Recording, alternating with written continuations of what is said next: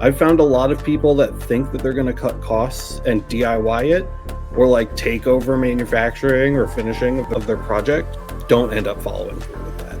They don't like it. It sucks ass, and they don't want to do it anymore.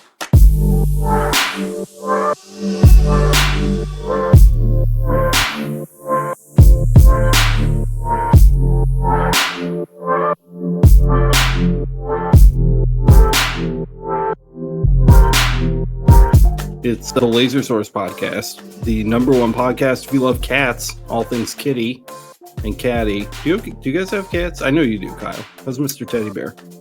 Mr. Teddy Bear's being a little chungus, you know? Yeah, chungus. You got any cats, Anthony? 3. Look at this shit that I just bought for my cats, dude. Oh, yeah. You got one of those? I have like 4 shatter, dude. Because I also have a Pomsky.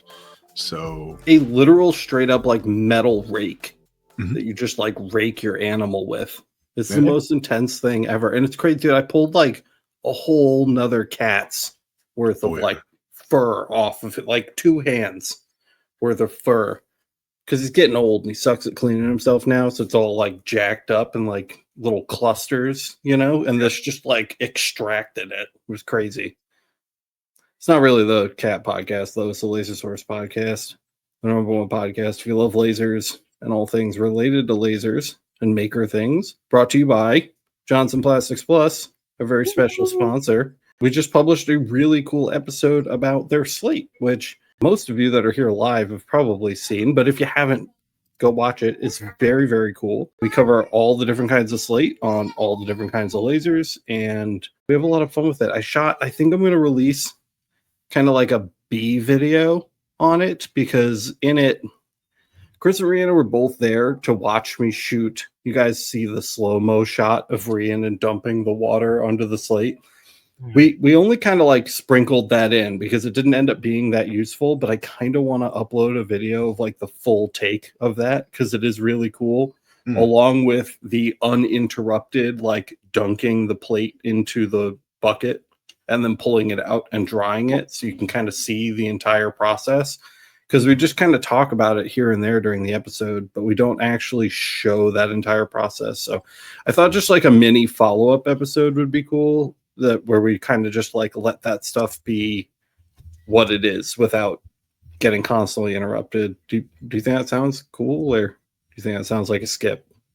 I think it sounds great. Yeah. Well, all that slate from that episode, guys, is brought to you by Johnson Plastics Plus 2, and they're the reason we get to do this show every week. So shout out to them. If you haven't been there lately, this #1, I know it's hard to find reasons to purchase things right now, but it is a good time to start stocking up for summer. If you haven't already done that, there's a whole radical shift when we go from like gifts to like summer accessories, and that is a huge market in and of itself. Not to mention weddings, and they're stocked with everything you need if you plan on carrying stock in your shop or on your website. So make sure if you haven't been there, there is a code 15% off just about everything in the shop, YLR-ZDF. There's a link down in the description. You can help support the channel and support Johnson Plastics Plus for sponsoring the show. We really appreciate you guys. So that's that. It looks like your dog's on an episode of Cops right now because it's like trying to blur out her face. Yep. What was that horror movie where it like blurred people's faces in the pictures? Do you remember that? Like Unfriended or whatever. Maybe that's what Facebook movie. I don't know. Something like that. I don't know. I asked Chris if he saw The Invisible Man the other day, and he said no. And I was like, you should watch that movie. It's sick. Have you seen that? Invisible Man? Is that? Oh wait, is that the one with? It's the one with the chick from the Handmaid's Tale, the Elizabeth, whatever. No, Handmaid's Tale. I think I've seen it. It's sick, dude. This guy is like an abusive husband, but he has a suit that makes himself completely invisible. It's dark. It's a good thriller. It's really cool. I can only think of like the Kevin Bacon one from like the 90s. No. This is new. It's new. If you haven't seen it, go watch it. It's a great movie. Check it out. Remember, when we don't have anybody to make uncomfortable on our show, we are answering your questions, and that is certainly what we plan on doing today. So if you have any questions, make sure you throw them down in chat. We will do our best to star them as we go along throughout the show, so we can circle back around at halftime and try to mop up some questions on our way out the door, which is what we like to do. If you guys didn't notice, and I don't know how you couldn't, because I haven't shut up and there's no other whiny, cracky voice going off in the background. It's just two deep-voiced, 8-foot-tall men. That's because Matt has a horrible bout of just terrible, awful, violent diarrhea. And he will be unable to join us today while he deals with his life on the toilet for the foreseeable future. So, IBS bitch. Yeah, IBS is a bitch, guys. Thoughts and prayers in chat for Matt. F in the chat for Matt and his violent, horrible, smelly diarrhea that he's having today. He really just is a stinky, unapproachable man right now. So we all miss him dearly. I think that's the end of the rant. What's up, guys? How you doing? Somebody else talk. I need a breath. I'm doing, man. I'm doing. Yeah. Have you started? Did you close yet or no? Are we talking about that on the show yet? Did we already talk about that? Yeah. Briefly. It got delayed, per usual. Oh, okay, cool. If you've never bought a house before, or if you have and you just got incredibly lucky, apparently it's very common for closing dates to push back, either on the buyer side or the seller side. So it got delayed a couple of days. No worries. As long as it's a couple days and not like a couple months, right? Yeah. Just is what it is, you know? For sure. So you haven't like uprooted anything, right? I started packing some stuff up, but nothing crazy. Everything is in flux and chaos. Yeah, that's fair. But, you know, I still have, you know, my bedroom's intact and I can cook food and eat and exist. Have you even like touched the laser stuff yet? Or is that like going to be the last thing to go? What's your plan for that? Do you have like a game plan? I do, but it's going to depend a lot on the setup at the new house and how that goes.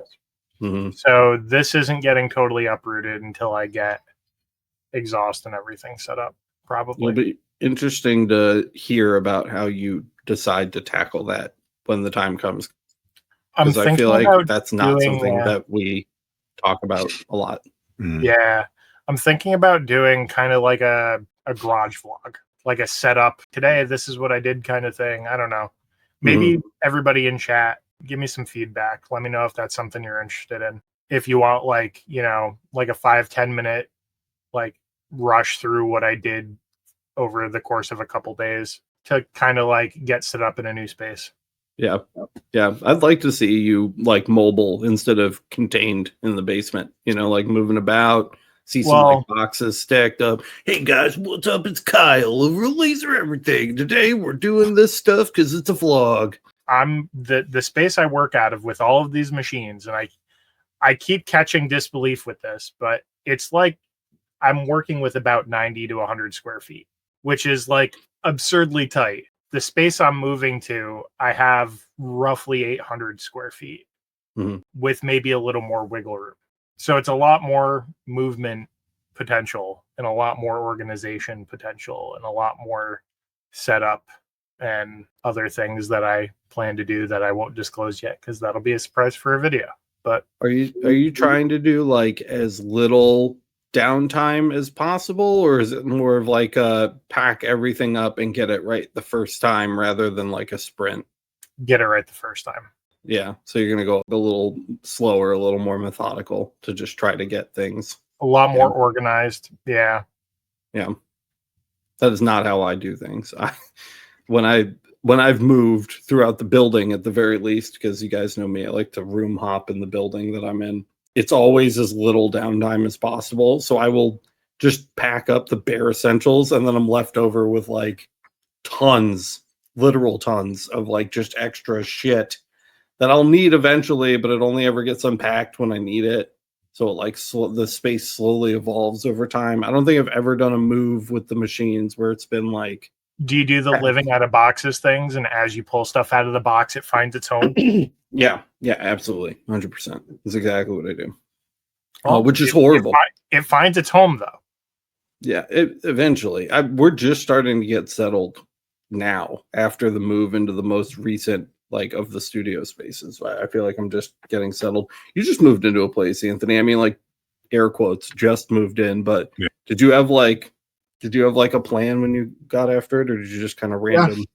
I had a plan, and then with the number of lasers changing periodically, and I think I've redone my laser room like 4 times in the year and 4 months or so that I've been in there. So it's like, and I still don't have my CO2 there. It's my CO2 still hanging out in the garage, so I still need to get in. Wild, dude. You have a dedicated space and your CO2 is still in your garage.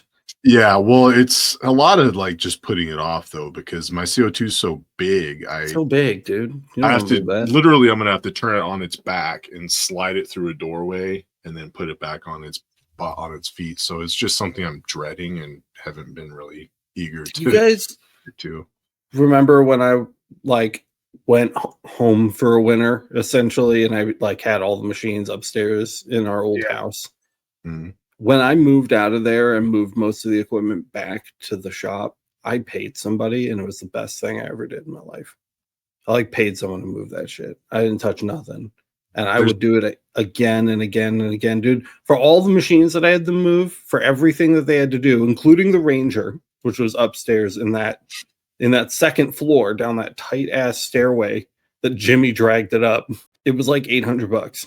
Which, I mean, like, I'm not scoffing at $800, but like, damn, that was a lot of work for what I felt like was a very little amount of money. And I will never try to move all of the machines on my own again. I'll do like little ones or whatever. I'll do the bitch work, the little mop up shit. But like the big ones, dude, I'm gonna pay somebody. It was a good value proposition. Fuck yeah, it was, dude. Yeah, absolutely. It was sick. Yeah, I'll be doing all the moves. So that's my recommendation to you, Anthony. Just break out the checkbook, do a big job, and just be like, there you go, dude. Like, and there's a furniture company like a block away from my shop, and they do stuff like that. Like they'll go to estate sales and pick up whole houses of stuff, and he's offered to move the laser for me. I just, like I said, I've been postponing it and dragging it out. So hell yeah, dude. I mean, like, fuck it, they're like the piano movers. Yeah, that's what you need. I mean, like those guys that, like, you know, like in the comic books or whatever, when they lift the pianos up to like the 4th floor apartments in like a busy city block and like shove it through the, how the fuck do they even do that? I don't even know. It's wild. They shove it through the window. Yeah. So anyway, that's what I got. Kyle, you said you had something today? Yeah, I actually have a topic. It was brought to us by one of the LMA/community members. Let me pull it up. Been popping lately, by the way. I don't know if you guys have been slinking around over there, but both the LMA and the Patreon actually have been pretty busy. So if you haven't checked those out, make sure you check those out because they also help support the channel. There's links to those down in the description. I had to read to refresh the topic here. So there's a little story, a little context, and then we'll loop back to what you guys would do. And it's kind of like a you take, like what would you do in a situation like this? So imagine you have a customer and you quote them out some bulk work. Let's say you're just making them or engraving on a bulk of product that they're giving you to engrave. Then they find a makerspace and they cut the order in half. What would you do to handle that situation? What would you do for the pricing? How would you handle the conversation with the reduction on that when you're already under contract, et cetera, et cetera?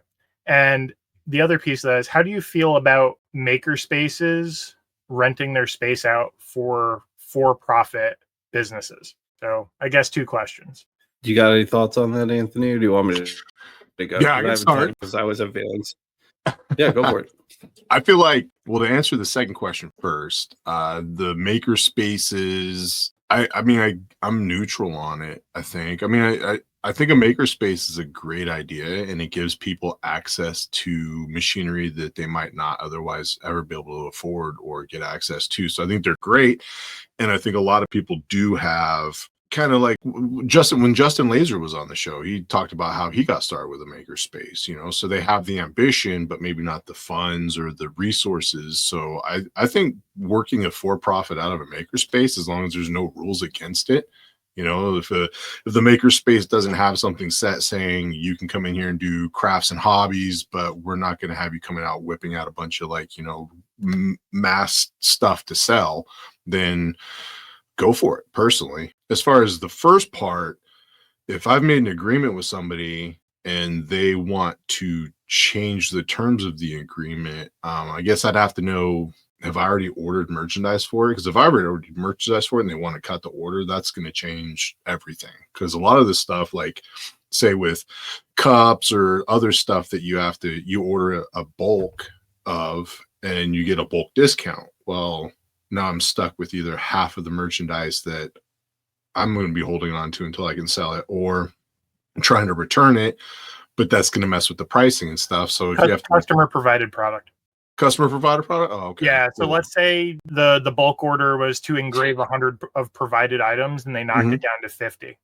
Okay, well then my pricing would just go up because the pricing on 100 things is different from 50 things in my opinion. So I would say I gave you a bulk discount and knocked your pricing down this percentage because you were doing 100 of them. If you're going to do 50, then it's not as valuable a use of my time, and it is going to cost you more, I guess. But that's the way I would personally approach it. But I haven't actually been in that situation, but I have had people ask like for quotes on different numbers of things, and they're like, well, if I order 25, how much would it be? Or if I order 100, how much would it be? You know, and I'm very upfront about it. I'm like, it'll be this much, and you know, just try to be as upfront and honest with people as possible. But yeah, that would definitely change.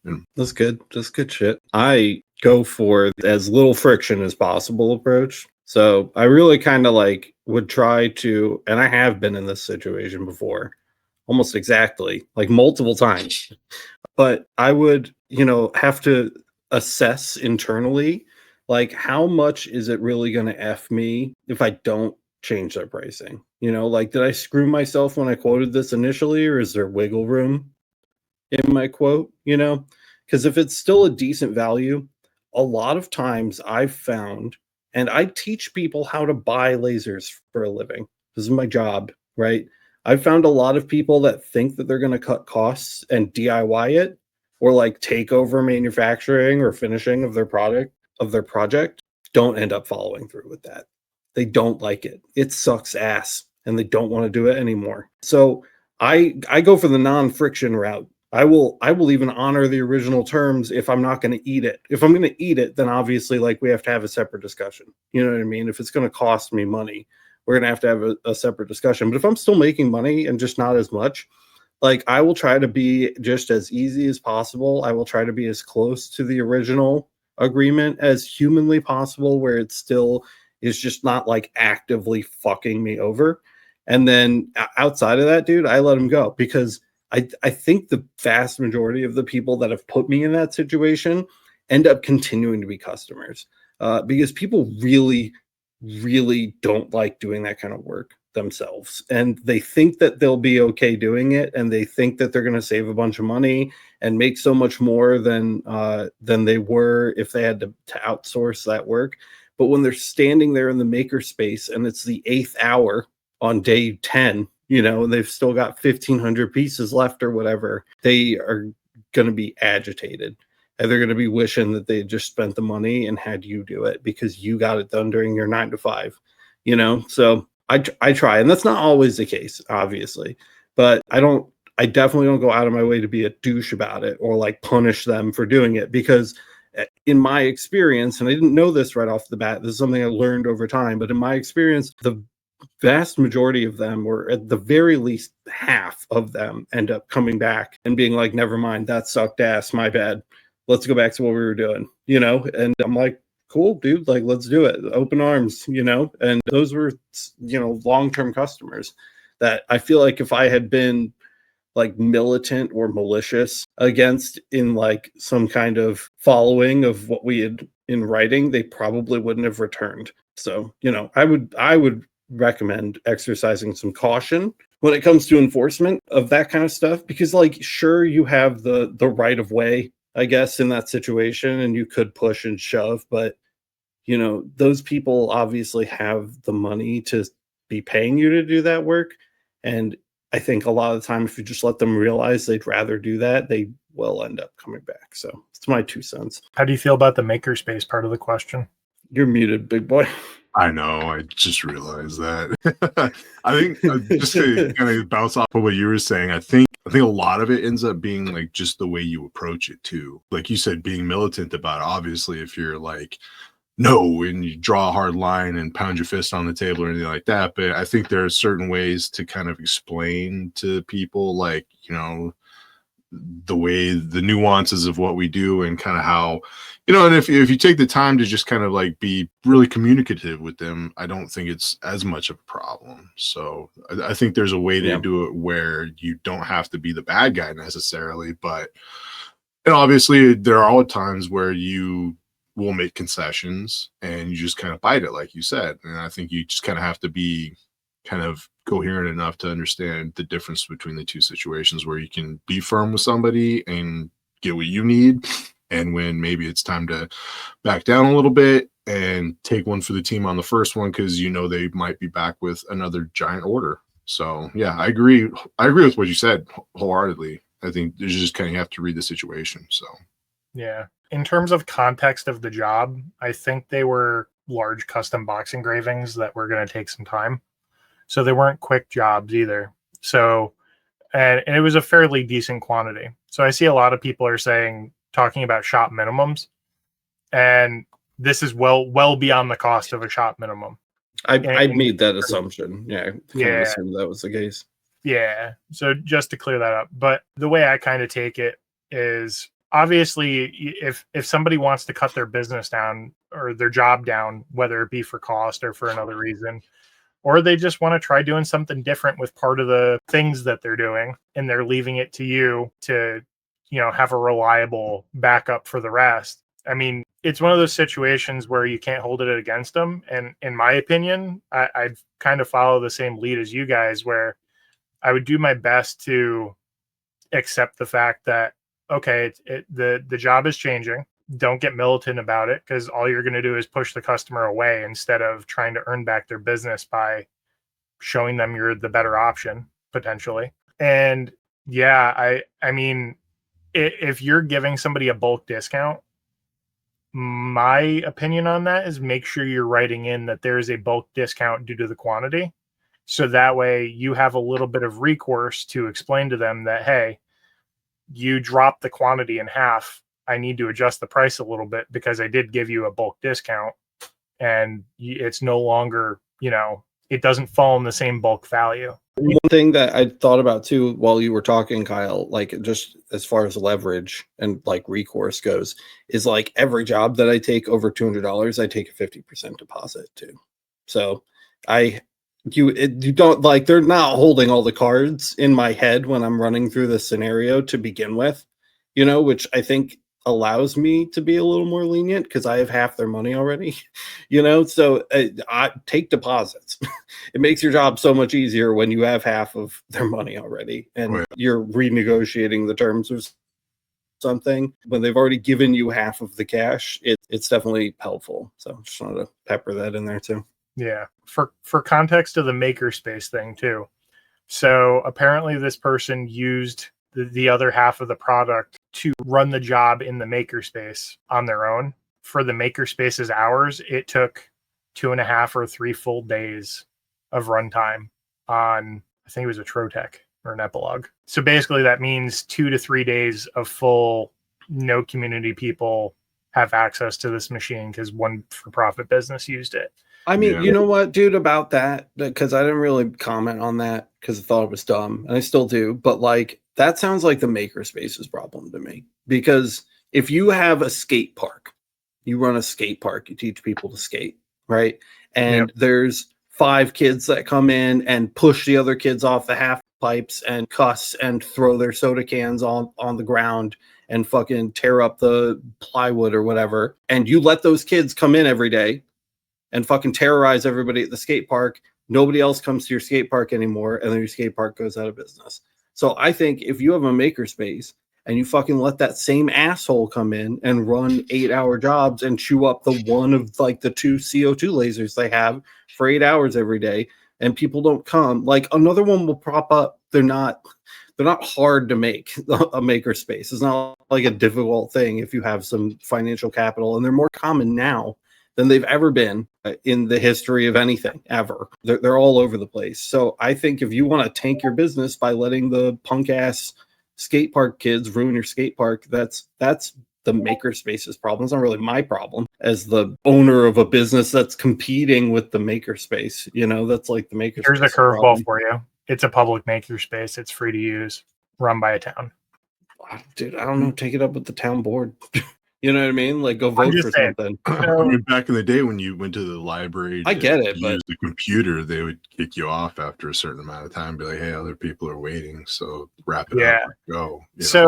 So my opinion on that is, it's kind of down to the makerspace. I mean, I know a bunch of public makerspaces that are free to use, that are paid for by public funds essentially, and they have a public employee that sits there and helps you out and like monitors the space.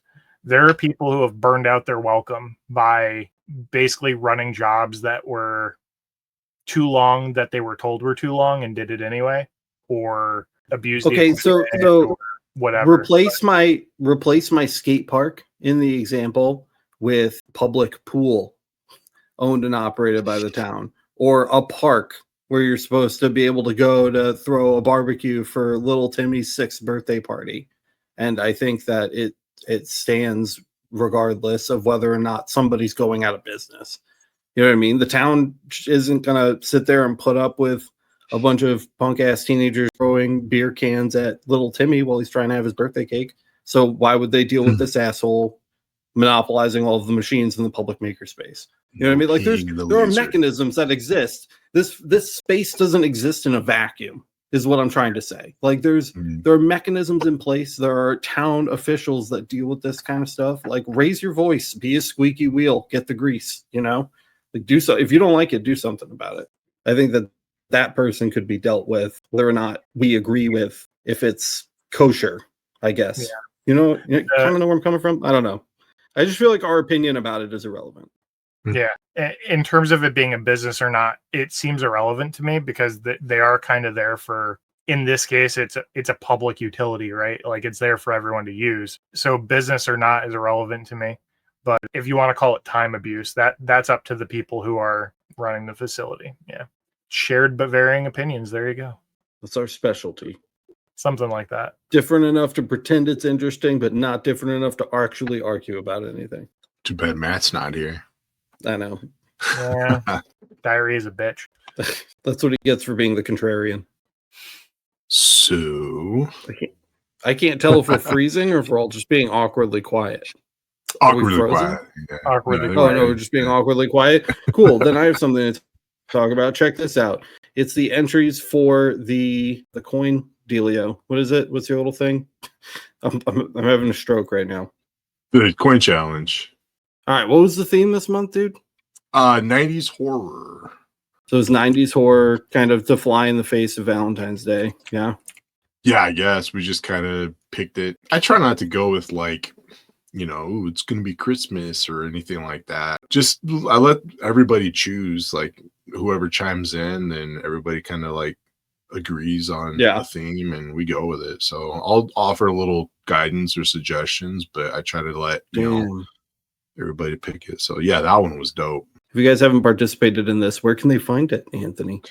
In Discord under Coin Challenge. Do a monthly theme and you can submit one submission. So when does voting open? It'll be tonight. I was trying to get my coin done, but just family stuff kept pulling me away. So yeah, we'll open it up tonight and then close it by the end of the weekend, and we'll have a winner. And in the meantime, we pick a theme. So if you want to help choose the theme for next month's coin challenge, then join us at the Discord under. We try to keep the chatter in coins and then try to keep as much of coin challenge just posts as possible. It gets a little carried away, but yeah. So just submit an idea and hopefully we'll get a good consensus and have an awesome turnout again next month. Yeah, that's awesome. I wish that you were asking how you get so good at coins, right? You get good at it by practicing and being driven to do well. And you do that by trying the coin challenge. You do that by doing the opposite of anything I ever do, which is too many things. The people that I think succeed in that coin challenge over and over and over again have been making submissions over and over and over again. And they've really Putting honed in the their time and crafts. Dude. practice. It's very humbling scrolling through there every month and seeing how the kind of work people are putting out. Pushing the limits and doing some really cool stuff. We're only maybe 6 or 8 months in, but there are people like Mickey Burr, and Bunny Washer always have something to put in. And then some other people are kind of a little hit and miss. Chaotic Machinery has done some really good submissions, but work priorities have pulled them away a few times. So, I mean, there's just, it's not that people, if you want to join, you're not at that much of a disadvantage. Just give it a shot, and we love having people submit stuff. I have a little display on my desk at work with all of my previous coin submissions kind of lined up on the edge of it. And people are like, oh, wow, you can do that. Remember when they started doing the state quarters and you could get like the book to like put them in? Like just have a book with all of your entries. Or even better, dude, we should have the winners every month like send their coin in to go into like the official. You could like cut one out of like card stock and decorate it, like the official coin binder where you can go through and see all the winners from each month with like a little dedication or something. I don't know. It's a good idea. It's an idea. I want to do a wooden one. One of these, I got to get a wooden one done one of these days because I've messed around with some 3D grayscale on like Poplar and it turned out decently. So I want to see how it would work out. I was going to say, I want to do a wood one on the longer nano diode Galvo. I feel like every time that I've tried, which has been again a handful, and I suck at this, so who the hell am I to talk about it? But I feel like every time that I've tried to do a wood coin, it ends up being like a carousel token rather than like something that actually feels like a coin. Do you know what I mean? I usually, when I see wood tokens like that or wood coins, usually they're like drink coins at a bar. Sure, that's what I'm essentially referring to. Yeah. That's okay. Nothing wrong with that. The kid one. No, there's nothing wrong with that. But I want to, like Anthony suggesting that he's going to do a 3D wooden coin, which is something that I am having a hard time picturing. I've done a limited 3D grayscale on wood with the UV. And with the right wood, I did one on oak and it turned out okay, but I did one on poplar and it turned out way better. Like the detail was there. The cheater's laser. I mean, yeah, of course. Yeah. Do it with the CO2 gantry and get back to me. Oh, yeah. I'd have to make a clock to get Bunny's standing up for you. Bunny says that UV grayscale was great. I don't recall seeing this. It was on Discord. It was just kind of people were talking about it, and I was like, hell, I'll go live on Discord and just do it. And so we did, and everybody got to watch it as it was happening. And I cut through, I think, like an inch thick of red oak with my UV on the 300 lens. And damn. Yeah, Jack asked if it would count if it was a wood coin on CNC. I mean, yeah, why not? Most of us are using lasers, but if you have the ability to do the coin on CNC, I'd say maker skills, bro. We're not prejudiced. Laser is clearly the better option, though. John is recommending alder over oak. I'd give it a shot. Yeah, the grain of the oak, because oak still has like a little band of like harder grain in it, so it didn't come out perfectly flat. I mean, it was way better than pine, but yeah, the poplar was a lot smoother. What about water jet? Heck yeah, dude. If you want to cut the blank, I guess. Well, yeah, that's what I'm saying. Like, what are you gonna sculpt with the water jet? Here's my 3D water jet sculpted wooden coin. Speaking of makerspace, you ever going to open up the LE headquarters for trainings or hands-on days? Ooh, Matt asked that question. Yeah. You know who's been asking me that question for like a year? My wife. She desperately wants me to do that. That'd be cool. I'm not inherently against the idea. I just don't feel like I have the charisma or motivation to make people feel like they got their time or money's worth with it, which is a personal problem, not a professional one. I'm just explaining why I haven't done it yet. I'm not saying I wouldn't do it, but there's like so many like laser retreats out there where it's like, guess what, guys, we're gonna have such a great weekend together, and I just like don't know if I could get myself up that high to Right. Yeah. to do that. It'd Look, be here's what very we're like, effing oh my doing. All God. right. People be like, why is he sweating so much? Like a pocket full of happy pills and a gallon of coffee. shit, dude.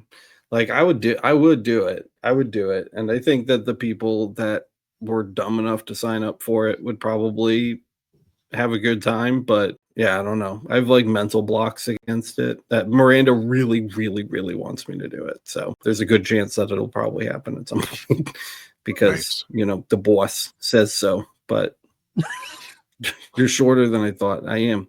Fun fact, when Kyle came here to visit, I looked so high up at him that I broke one of my spinal, what are these things? One of your discs? One of my discs just snapped. And Kyle had to drive me to the hospital. That's how hard I threw my head back to look up at him. True story. Slow night, no questions. We got nothing, huh?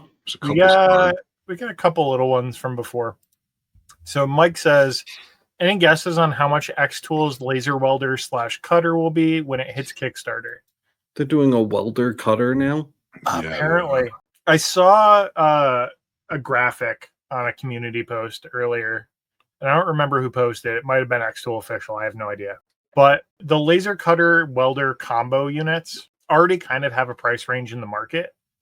And if they're not adding any features that are uniquely xTool, like typically a welder and a cutter from brand to brand to brand to brand to brand are all run the same way. They all do the same thing. They do it the same way. They all have the same attachments. They also use the same gas assist for welding or cutting. So unless they're doing something unique on their own, I feel like it's going to either fall into the same price category as the existing market on a low to high range, or you might be paying the xTool tax.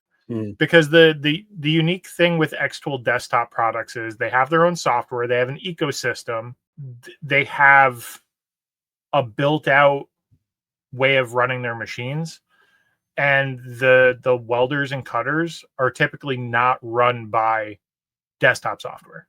They are run by, you press a button and then you have a manual input on the handle you're holding to turn it on and off. So I don't think they're going to have a lot of wiggle room while still being competitive in the market, to be honest. I just am wondering how they could build these things to a sufficient quality. I feel like they're stretched over so many like very niche things. Wasn't one of the things they were doing like a DTF printer? Yeah, I heard they're doing it. And they just did screen printing, and I know, and it's like, okay, are they all really good? In 3 months, are they going to be releasing an new xTool products? Yeah, right. That's kind of what I'm asking, and like maybe they will. I think I'll still feel a little judgy about it though, but I don't know. From what I saw, it really looks like it's going to be like a craft hobby thing, not the kind of like industrial machines that most people are probably used to or thinking of. So I feel like their spin on it might be pretty interesting, and they might be able to kind of like make their own little niche with that kind of a product where it's like a small desktop unit that's like a high powered soldering gun or something, like obviously it'll weld, but I'm just saying like it's something that you're not going to build a tube chassis out of, but you can do cool arts and crafts stuff with. So I don't know. I think it'll be interesting to see. I don't know if they're dipping their toes in too many different things. Kind of sounds like they might be. We'll see. I'm a firm believer in like, do one thing and do it well. And they're really like spreading their wings on this stuff. So one thing to consider too is I'm pretty sure xTool is a fairly large company in terms of like how many employees they have running the structure of customer interaction, right? They have a lot of people doing software design and updates and poking around stuff, which in my opinion means they should probably innovate more on their software, but that's besides the point. But I think they are doing a lot of cool stuff, making like some 3D aspects of lasering a little more approachable for a lot of people who don't want the traditional means of 3D engraving. But like this kind of thing in particular, if it's going by the namesake of just being a welder and cutter, depending on the wattage, yeah, I don't know. I think part of the reason that I have a problem with it, which I'm just sitting here like picking through chat, and Dwayne Dickens said I have the xTool F1 just taking to craft shows and it does pretty good. And I think that's why it interested me in the first place, is because it's like a teeny tiny little galvo laser that you can literally put in a backpack and walk around everywhere. And I can clearly picture my personal use case for that. Like, I know why that would be useful. And I'm trying to picture that, but like a welding machine, and it's not coming to me. And I think that's why I'm struggling with it. Or like trying to picture that, but like it's a DTF, you know? Like, that doesn't, like a DTF is a thing you buy and it takes up a corner of a room, not a thing that you like put in a backpack and take to a craft show. And maybe that's their goal with this, is like, let's make it really small. But I have a harder time personally envisioning my use case for an xToolized version of a welder, you know, or an xToolized version of a DTF printer. So I think that's why I struggle with it, because I get taking the F1 to a craft show, but I would not get bringing a welder to a craft show. Like, that would be crazy. Yeah, for sure. That would be an enormous risk too, in terms of liability. Everybody's saying like their marketing is on point in chat right now too, and I feel like it's like, okay, we'll see how they market it. I think that's going to be half the battle for them, right? They'll pick an angle and they're going to just ram it down your throat until they can't fit anything else down there, and that's how they kill it over and over and over again. So we'll see how they market it. I feel like we're just kind of throwing stones blindfolded right now, so yeah, get a little more info. But maybe for next week's show we'll have some more info. We could kind of do a little homework and see what they're actually doing. Yeah, it's always interesting to walk around on xTool and see what they're up to. Yeah. Another question we got from Cuban. Just moved my Omtech from home to my office in my SUV. Got it all connected with the chiller and compressor and tube back in. What should I do next? Make sure everything is running okay. Make sure that you didn't screw up your tuning, and make sure you don't have a ton of air bubbles in your tube. Yep. That and a quick alignment check too.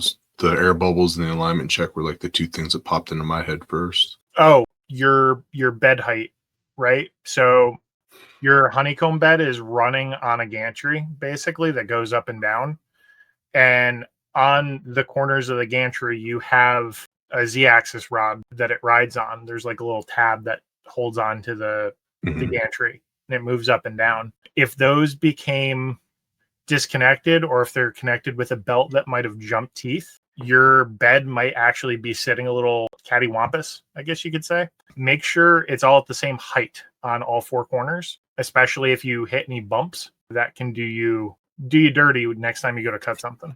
Yeah, my bed was drooping on the like bottom right hand side because one of those fingers that was holding up the bed had like spun a little bit, and so it allowed the bed to like sink down some. So my cuts were not going through all the way. So I went and double checked, and it was a quick and easy fix. Yeah, I also told him to lower his bed all the way when he was moving it. I don't know if that helped or not, but yeah, if you can take the weight off of it so it can't move, it's good. Yeah. My recommendation is, just from personal nightmarish experiences, go through the entire run of your hosing and check all of your hose claims and replace them as needed. Because those things are not as secure as they feel when you're putting them on, especially when you're moving the equipment around. And I've dumped 80 gallons of water on the floor over the years. So just go through it and check every single one of those. And if they're even a little bit loose, or they look a little bit funny, or you just have kind of a weird feeling in your gut, get rid of it and put a new one on, because that'll get you, especially like, mid job one day. A lot of my stuff, especially on like zip tied instead of hose one rock of that gantry one day will be enough to just kick the zip tie just a little bit over the last lip, the last barb on one of those hose connectors, and then that's it. Yep. So the part 2 on that was also forgot the honeycomb bed was like a separate thing, and put it on the side. It fell and moved around a lot. Wanted to know if I should be worried about anything. Honeycomb beds, thankfully, there's not a whole lot to break. They're just there or they're not. If you break them, you'll know it because it's just honeycomb kind of formed around with some U-channel. So you can slide those in and out all day. It shouldn't really make a difference. It's more just the jostle might have made the gantry. I think the biggest problem is probably like a bending of the frame, right, around it, and then it like will sit like off kilter, so like all 4 corners aren't touching the knife bed at the same time. I think that's like the worst thing that could happen, assuming you didn't like damage or your laser head or like the rail or something. Yeah, while it was like flopping around in there, but probably also unlikely. That's the thing about the Omtex, man, is like the parts that are not meant to be taken out and replaced on a regular basis are pretty hardy, like tank built. So should be okay. I wouldn't be too worried unless there's something visibly off. I think you're all right. And Rosen said, Anthony, did you get a new green screen background, or is that real? It's real. He's sitting on the floor. It is not real. It's just me being in a closet and having a green screen. So I was like, oh, technology, we're doing a Q&A for laser technicians, so I thought I'd pick something kind of cool. But yeah, you did. It was very cool. I liked it. It's better than this. This looks like I'm in a waiting room at a hospital. Well, I suppose that's where we'll leave it for tonight. Quiet crowd, but it was intimate. We had all the favorites here tonight to hang out with us live. So if you guys were here with us tonight, thank you so much for coming by. We really appreciate having you, and we really appreciate your questions. I think next week I might go like, I know I saw that he'll bring the Riz and the Rhea. He's not talking about Rhiannon, people. I think next week, like maybe we'll go on a hunt pre-show and see if we can like yank out some LMA stuff that we may have missed or some this and that on the Discord. One thing that I will mention to you guys, I'd really like to see you check out because I think it's super cool. And I've talked about this a lot, and I'm not going to go into it because we're at 10 o'clock, but go to makearmy.io and look under the header of the network. There's a bunch of new websites up there that we built on the Make Army servers. It's all 100% owned and controlled by us, and they do some really cool things. You can read all about it. The old network, if you remember the like Facebook style network.makearmy.io, that doesn't exist anymore because it wasn't free, it wasn't open source, and it wasn't being updated anymore. And with Vinny's passing, we can't maintain it. Just, I don't have the skills, and we obviously cannot afford to pay just like a developer to come in and just develop a Facebook clone. So we junked it for alternatives that are actively developed and getting updates and work much nicer. There's a lot of different styles out there. They're all part of the Fediverse, so they can all talk to one another, which is really cool. It can get a bit technical, but if you just are in it to see some cool looking stuff, at least go just like poke around it because it's super sweet. That's all I'm going to say about it. I'm not going to go into details. The website makearmy.io does a really good job breaking it down for you. If you want to check it out, post some pictures, post some topics, post a news article from xTool's website, whatever. I'd love to just kind of get some early adopters in there to kind of give it a little workout and see if we can find some bugs with it and, point out anything that needs to be fixed or something that we can take better advantage of, because I really do think that there's some cool community building features over there that we wouldn't get from something like the LMA. Also, I will officially say on the podcast, because I don't think I've said it yet, but we will have a UV laser parameter library coming out, which Kyle and I will be working on together.